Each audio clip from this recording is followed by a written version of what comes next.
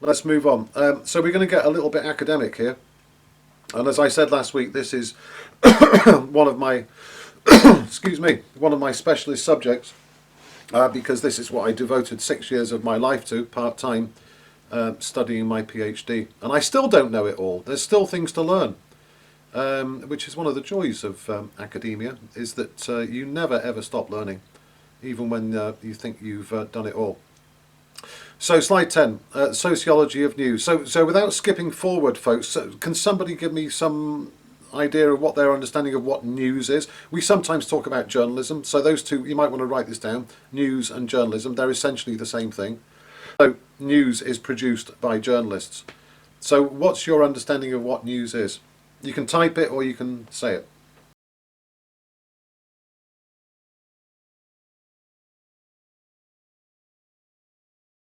Yeah, let's just move this on, because there is a very fine line between propaganda and news sometimes. And there are lots of people, it might not be you or I, Cecily, there are lots of people who love Fox News. It's very popular. There's a lot of people who believe that, a lot of people in the States believe that CNN is propaganda. Donald Trump calls CNN fake news. He says it to their faces in the press conferences. Right, so there's some important concepts there. So Cecily's saying professional organisations, she's actually dividing the professional organisations into, dare I say, proper news organisations, NBC, CBS, ABC, CNN, MSNBC maybe, and then Fox on the other side. And she's saying that Fox is propaganda. I mean, we're qualifying all this, Cecily. I'll do it on your behalf, but this is opinion, right? So we don't want to offend anybody who thinks that it's the other way around. Right, so anybody else want to say something on this? Because that's Cecily's, she's hit the nail, not quite on the head, but you've hit the nail. Anybody else want to contribute something to this, what news actually, in your perception?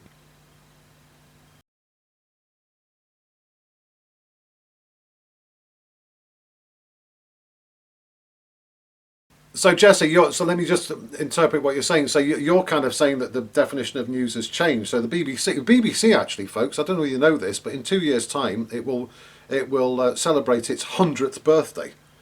So the BBC is actually not in its current form. Obviously, it started out as a radio service, and then TV and so on, and now it's digital. But the BBC has been around a long time, so that is a very, what you might call, professional organisation. Jessie, from what she's saying, is not a big fan of what the BBC has been doing with COVID at the moment. And you're saying that there are other specialist organisations that have taken the information and they've made it more accessible, maybe to your generation or to people in general. Is that about right, Jessie? Is that what you kind of said? Let me just go back to a point that Cecily made about professional. She was talking about professional organisations. Let me throw this one to you. Have you heard of something called citizen journalism? So, for example, God forbid, I live in Oxford, that's not God forbid, but God forbid if there's an earthquake in Oxford later on today, and I've got my video camera, and I stick it out the window, and I show all the buildings doing that, even though I was a professional journalist, I'm not anymore. Is that journalism?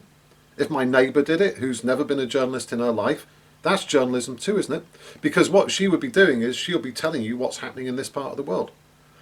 So don't forget that the digital revolution, as we old-timers call it, so from about the year 2000 onwards, 2007 with the advent of smartphones, blogs, Instagram, Twitter and all that, what that did was that digital revolution is it completely changed the landscape. So that means that now anybody, literally anybody with a smartphone can be a journalist.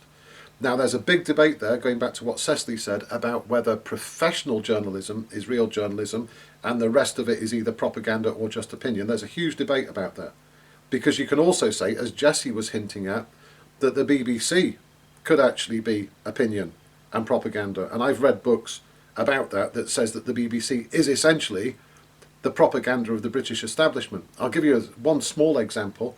Very, very, very, very, very, very rare that you hear on the BBC any criticism of the royal family as an institution. You might hear criticism of individuals, but as a concept, the royal family, the monarchy, is very, very rarely criticised on the BBC. And yet, there are strong, very compelling reasons to argue that Britain should not have a monarchy.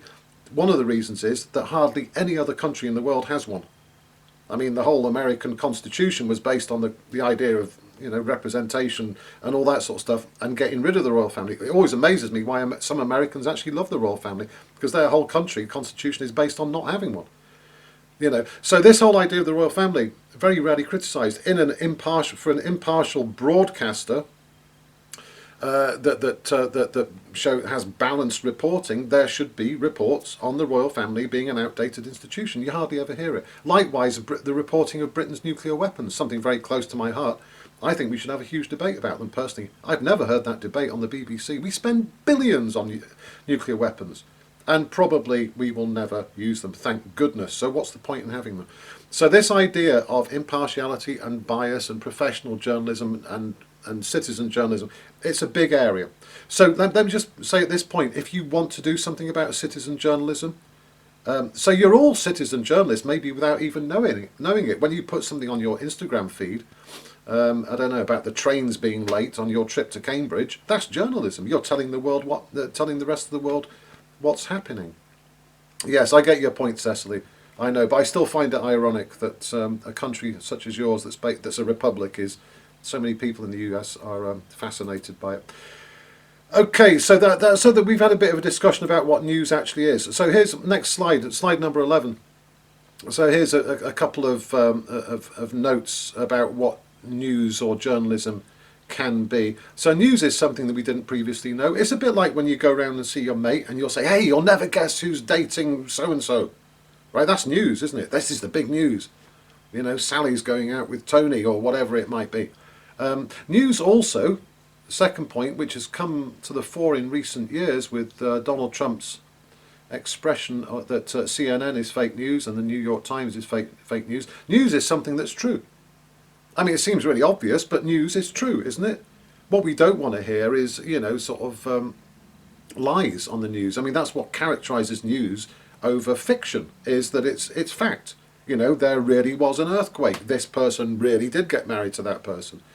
Boris Johnson really did say that. It's not. It shouldn't be based. And sometimes it is based on rumour. You listen to political journalists like Laura Kuenssberg, and she says things like, there are rumours in the House of Commons. That's not news. That's somebody who's got an agenda, maybe, who's gossiping behind the back of everybody else. But we expect news to be true. We're not living in the realms of fantasy and fiction. News is also something that is either happening right now, like a football match. You'd report on a football match. Something that has recently happened. Yesterday there was a debate in the House of Commons.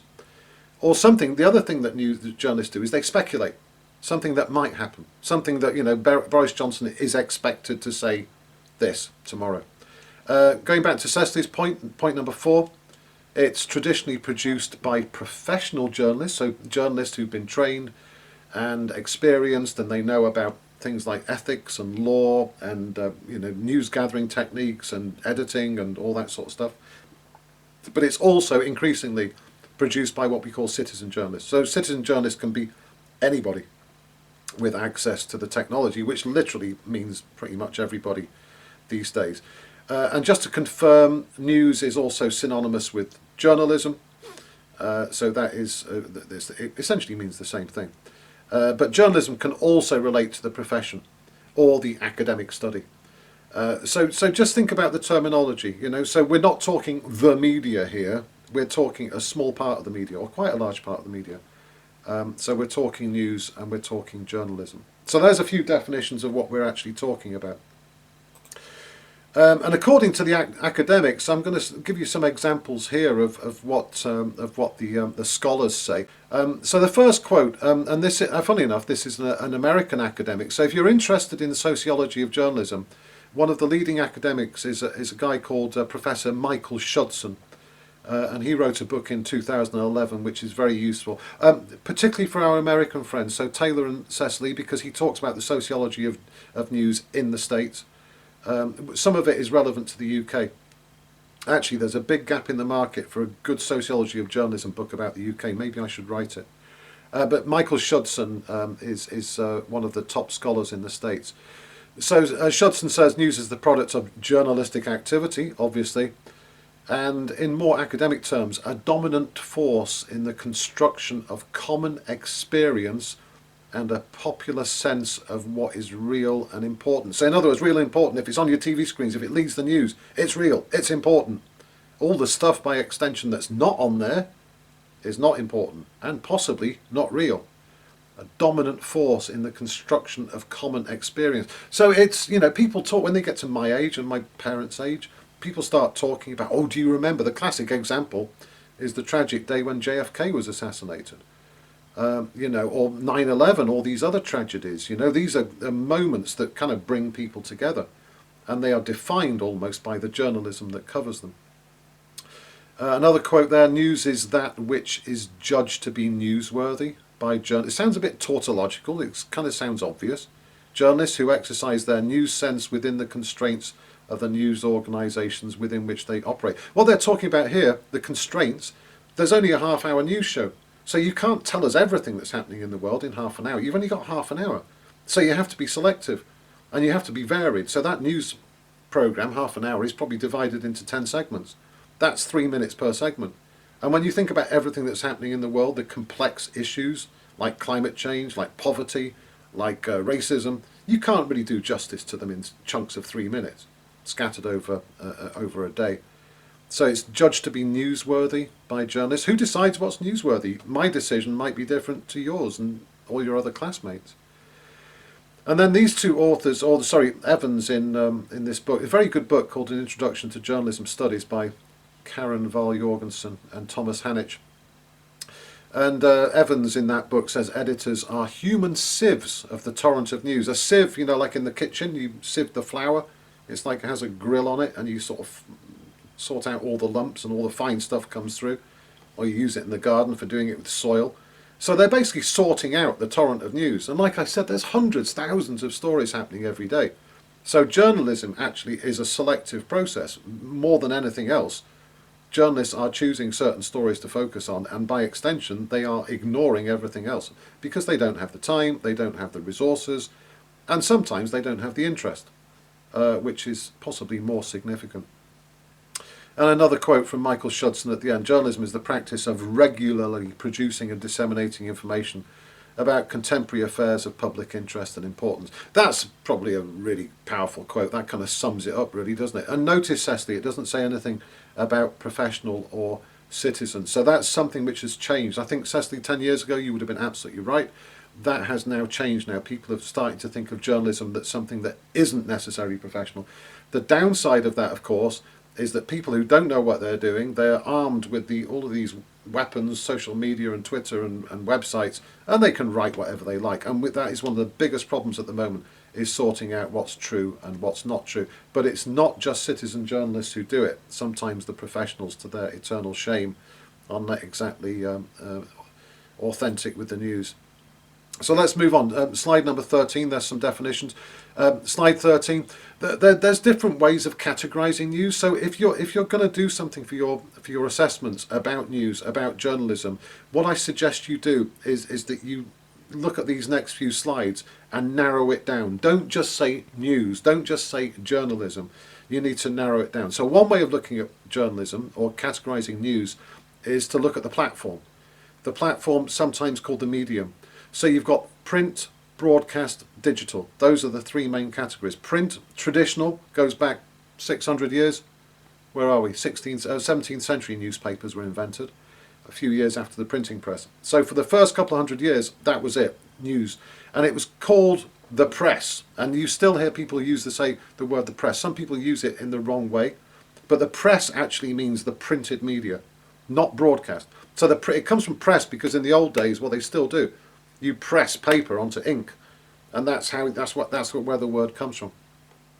So the press is newspapers and magazines.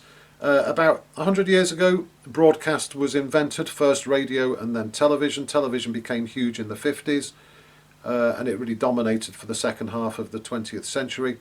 And then, of course, the 21st century, your generation is completely absorbed by and dependent on, just like I am as well, I'm just as guilty of it, digital media and online. So websites, apps, Instagram, Snapchat, Twitter and all that sort of stuff. So that's the platform. So you can think about journalism in terms of the platform. Another way of looking at it is genre, for want of a better word.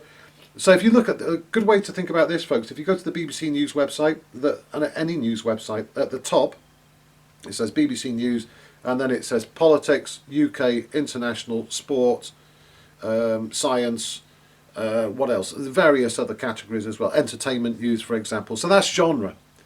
So just thinking about your research project, you could do political reporting in newspapers, or you could do sport on the radio, or you could do fashion on TV. So do you see what I'm doing there? You're choosing different categorizations and combining them. Just to reiterate, don't do fashion journalism in the media because it's too enormous. But there are lots of different genres depending on the newspaper, the magazine, the news organisation. So that's platform, genre, and then you can think about journalism in terms of its audience. Because editors will always tell you that audience is all important. There is no such thing as a standard audience, because audiences are subdivided in various different ways. So you've got specialist audiences and you have popular audiences. A specialist audience might be the people that read the Financial Times or the Wall Street Journal. So they are very knowledgeable about economics, finance and business, and they want information that reflects their interest, and they want quite a sort of granular detail about what's happening in the stock market and so on. A popular audience, typically you might own a few shares in a certain company and you might be interested in whether the Dow Jones is going up and down, but that's it. So there's a big difference in the knowledge that a specialist audience has and a popular audience has. Likewise, you can divide audiences in terms of age. You can have the younger age groups, or the adults, and then beyond. You can have senior citizens as being a specific audience. You can have preschool kids as being a specific audience. Sometimes divided male and female. Classic examples, of course, are all of those magazines that I typically don't read. Things like Cosmopolitan, Vogue and fashion magazines. Women's Health, some of them are very specific about being gendered. And it also works the other way. There are sort of men's magazines, like there's one called Men's Health. I read it once, and I thought it was a good idea to read it, and it's awful because I just read it. It said, well, here's loads of diseases and these are the symptoms, and before I finished reading it I thought, my goodness, I've got about 300 diseases here, so I don't read them anymore. But they are bizarre things, those Men's Health magazines, and I suspect Women's Health as well. Maybe they're useful, I don't know. UK and international audiences, classic example here, BBC World Service Radio is directed at an international audience. BBC Radio, standard radio, is directed at a UK audience. So that will reflect the stories which are broadcast on those particular radio shows. And also income groups. A good example here is I always say to students, if you want to understand an audience, look at the advertisements. Because the advertising departments put a hell of a lot of effort into understanding who reads, who listens to, who watches the programmes. So if you take a newspaper, a British tabloid called The Sun newspaper, I think in the States, just as reference, I think the New York Post is kind of a similar sort of thing.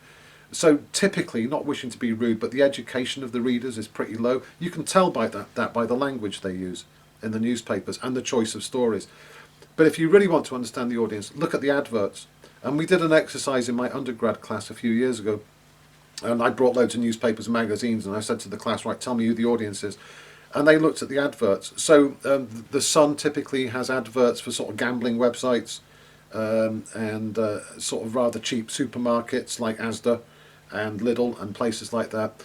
And more upmarket newspapers have adverts for Waitrose or Marks and Spencers because they're more expensive and they tend to appeal to a different demographic. So that's how you can think about your audiences in all those different ways. We'll do much more about that in week 9, I think it is, when we talk about audiences.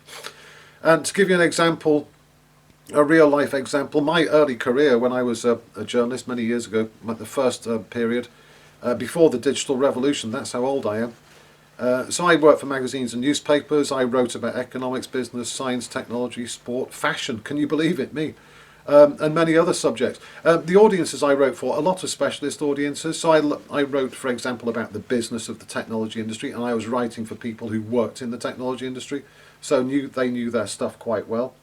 Adults, I wrote for, didn't differentiate between male and female. I was writing for all audiences, irrespective of location, and typically middle income. And then later in my career, next slide, I worked as a travel journalist.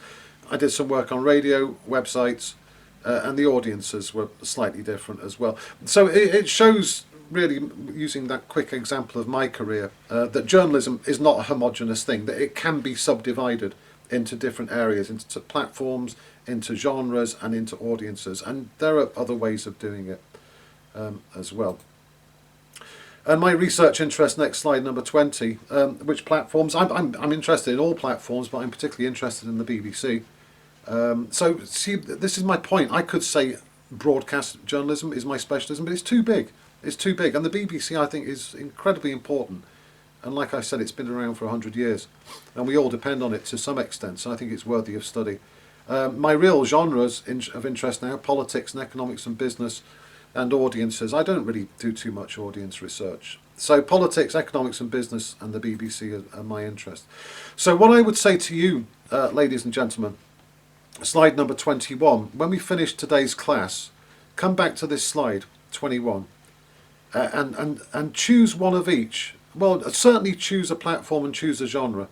Maybe not audiences, but choose a platform and choose a genre. So you might be interested in travel journalism on the radio, you know, or politics in magazines, or whatever. And that's a good way of narrowing down your research interests. If you want to do what we're going to talk about today, which is the sociology of journalism. So come back to slide 21 when we finish the class. Okay, let's move on. So why is news worthy of study? We had this slide last week. It is desperately important because it helps us make sense of the world beyond our personal experience. So if you want to know what's happening at the football match in London, or the Japanese economy, or the Australian climate, then we need journalists to tell us what's happening in places that we can't be in.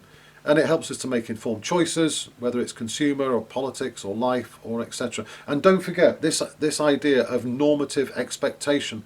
We have this expectation that the news, that journalism is accurate, true and fair. Even though we joke about it, like with Fox News or the BBC or whatever, this is a really, really serious issue. Because if the media, the news media, is lying to us, either whether they're doing it knowingly or not knowingly, then we're all in trouble, because we then start making decisions that are based on, not on fact, but on rumour, conjecture, and just outright disinformation. So it's really, really important. Next slide. Let's move on and consider what sociology means. So let me have a drink of water. I'll throw it back to you, folks. So somebody tell me, yes, indeed, Jesse, Brexit. Yes, indeed. So I'll throw it back to you, folks. What do you understand? Don't jump ahead. What do you understand the word sociology meaning? Anybody study sociology? I did. Ah, we have an expert. Over to you. Catherine. I'd say it's the study of society and groups and cultures within society. Very, very good. Very good, Catherine. Excellent. Your time was obviously well invested in your course when you studied it, because you you remember what it means. It's quite tricky to get your head around what sociology actually is. But Catherine has summed it up nicely there: groups and society and so on. And it was a very big thing to study when I was like 18, 19, 20. Not so much now, because these days young students have a bigger choice of subjects. And sociology, actually, as a discipline, it generated other disciplines. So in the old days, media used to be a subset of sociology. Cultural studies would have been a subset of sociology. But now sociology is separate, or treated as a separate entity from these other things. So when we talk about the sociology of news, slide number 24, what we're talking about is at the bottom there, the people, the procedures, the structures and the products, and also by extension the relationships between different groups of people. Okay, so the people, the procedures, the structures and the products. And what I'm going to do for the rest of the class today is talk about that process. You see the process, it starts with a light bulb on the left and it goes through to the two guys talking. One of them's got a microphone. The other one looks kind of slightly disgusted. He's kind of leaning back slightly. He's like, how dare you, you know? So you've got somebody interviewing somebody. The next icon there shows fingers on a keyboard, and then you have the presentation of the information, and then on the far right you've got a bunch of people which represents the audience. So journalism, news, believe it or not, is actually a process. It starts with an idea and it ends with the audience, and sometimes it goes on because then you get feedback from the audience. There's 3 really good books that I'd recommend if you're interested in this: Judson McNair, and another American academic, Barbie Zelitzer. I forget which university she's at. She's one of the big journalism schools. She might be retired now because she's been around for quite some time with her work. So that's what we're talking about with the sociology of news: people, procedures, structures, and products. Next slide. As I said, and when you talk to journalists about this, they actually get quite agitated when you suggest to them that journalism is a process. Because journalists, they live in even though they're dealing with facts, I always find that they kind of deal in this sort of fantasy idea that that their world is chaotic. They're responding to unexpected events, and who knows what's going to happen. And when you tell them that the academic study has actually shown that it's very predictable, it kind of shatters an illusion, but it's absolutely true. So it starts on the left there with the origin of news. Second stage is gathering the information. Third stage is actually writing or making the program, and then you have the product, which is then consumed by the audience. And all sorts of journalism, doesn't matter whether it's sport journalism, fashion journalism, political journalism, broadcast, print, it all follows pretty much the same 5-stage process. So what you can do with your research projects, folks, is that you can choose one of those 5 elements. So you can choose element number 5, consumption. How do audiences make sense of news? That could be a research project. You could look at stage number 3. How do journalists make news? How do they produce it? You can look at number 2. How do journalists find sources of information, and how do they decide who those sources are? These are all valid questions from the point of view of media research. And the one I've put a star next to, the yellow star, the representation of people, groups and political ideas. This is a very popular one with young students for very good reason. Because it's something that they feel generally very passionate about. So you can look at the representation, for example, we've had it already, of Jeremy Corbyn in the BBC.